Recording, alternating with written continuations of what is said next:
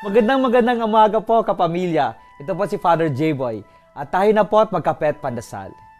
Marami sa atin ang naghihintay. Para sa marami nagsipagtapos sa kolehiyo o nakapasa na sa board exam, ito ang pagkakataong maghanap ng trabaho. At sa paghahanap, minsan inaabot ng buwan ang paghihintay. Marami sa atin ang nawawala ng gana habang tumatagal ang panahon.